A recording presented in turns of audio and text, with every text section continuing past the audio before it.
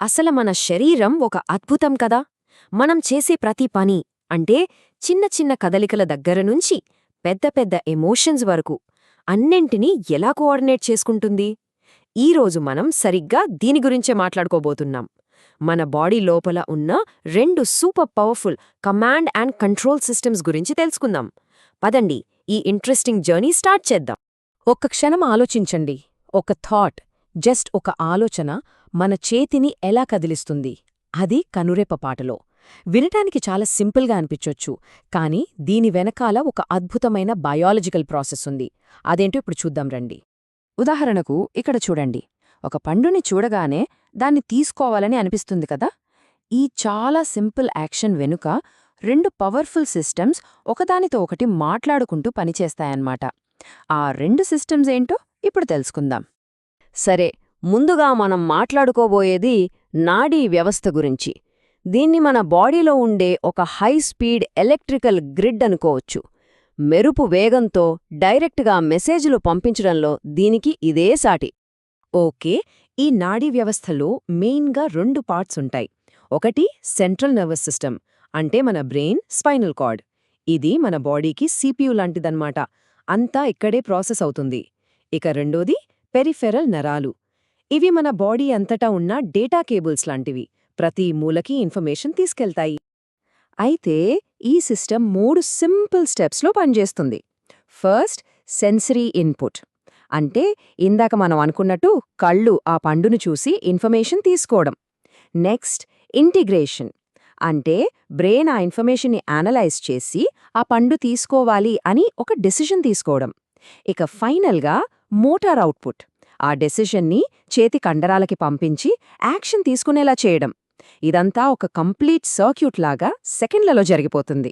మరి ఈ high speed గ్రిడ్కి hero ఎవరంటే న్యూరాన్. ఇది మన శరీరంలో మెసేజెస్ను మోసుకెళ్లే ఒక చిన్న కానీ సూపర్ ఫాస్ట్ మెసెంజర్ అన్నమాట. ఇక్కడ చూడండి, ఈ ప్రాసెస్ ఎంత క్లియర్గా ఉందో. ఒక సిగ్నల్ న్యూరాన్కి ఉండే డెండ్రైట్స్ అనే కొమ్మల ద్వారా లోపలికి వస్తుంది. అక్కడ నుంచి యాక్సాన్ అనే పొడవాటి వైర్ లాంటి దాని గుండా ప్రయాణించి నెక్స్ట్ సెల్ని, అంటే ఇక్కడ మన కండరాన్ని యాక్టివేట్ చేస్తుంది.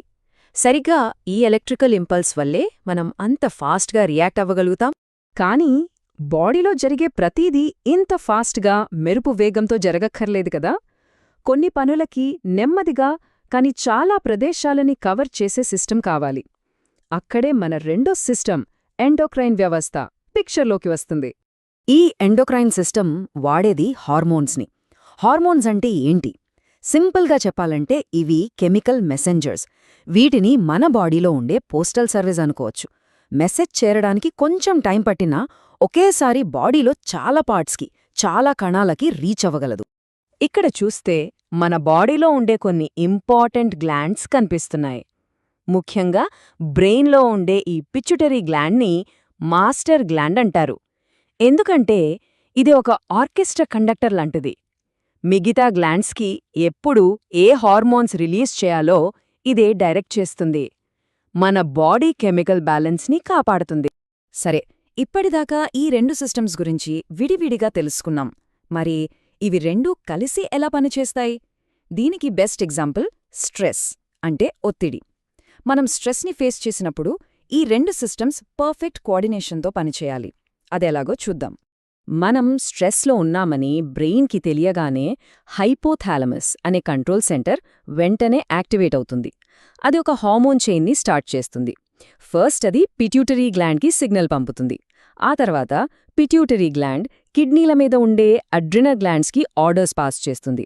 అచ్చం ఒక మిలిటరీ కమాండ్ లాగా అన్నమాట. సో ఫస్ట్ రెస్పాన్స్ నాడీ వ్యవస్థ నుంచే వస్తుంది, చాలా ఫాస్ట్గా.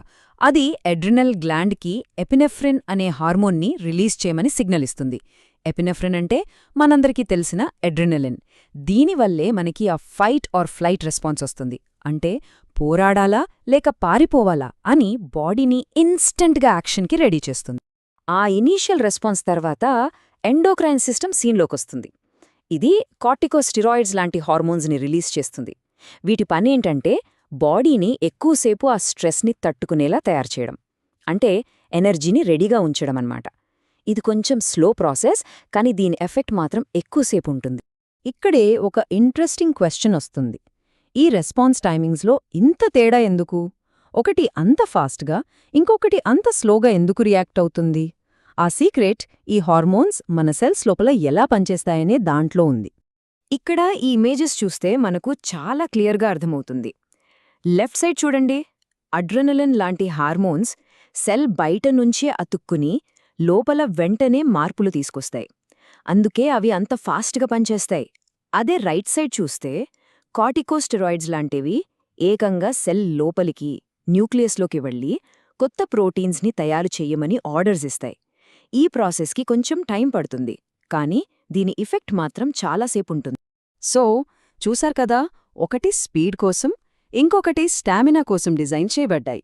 ఈ రెండు సిస్టమ్స్ మధ్య ఉన్న ఈ అద్భుతమైన పార్ట్నర్షిప్ని ఇప్పుడు మనం ఒకసారి సమరైజ్ చేసుకుందాం. ఈ టేబుల్ చూస్తే ఈ రెండు సిస్టమ్స్ మధ్య ఉన్న డిఫరెన్స్ చాలా క్లియర్గా తెలుస్తోంది. చూడండి, నాడీ వ్యవస్థది ఎలక్ట్రికల్ సిగ్నల్స్, స్పీడ్ అయితే ఇన్స్టెంట్. అదే ఎండోక్రైన్ వ్యవస్థది కెమికల్ హార్మోన్స్, స్పీడ్ కొంచెం స్లో. ఒకటి టెలిగ్రాఫ్ లాగా పాయింట్ టు పాయింట్ మెసేజ్ పంపితే, ఇంకొకటి రేడియో బ్రాడ్కాస్ట్ లాగా అందరికీ ఒకేసారి మెసేజ్ పంపుతోంది. మన మనుగడకు ఈ రెండు చాలా చాలా అవసరం. సో నెక్స్ట్ టైం మనం ఏదైనా ఆలోచించినా, ఫీల్ అయినా, యాక్ట్ చేసినా ఒక్క విషయం గుర్తుంచుకోండి, అదంతా మన లోపల ఎలక్ట్రిసిటీకి, కెమిస్ట్రీకి మధ్య జరుగుతున్న ఒక కాంప్లెక్స్ డాన్స్. మరి ఈ అద్భుతమైన కోఆర్డినేషన్ మన గురించి, మన అస్తిత్వం గురించి మనకేం చెప్తుంది? ఒక్కసారి ఆలోచించండి.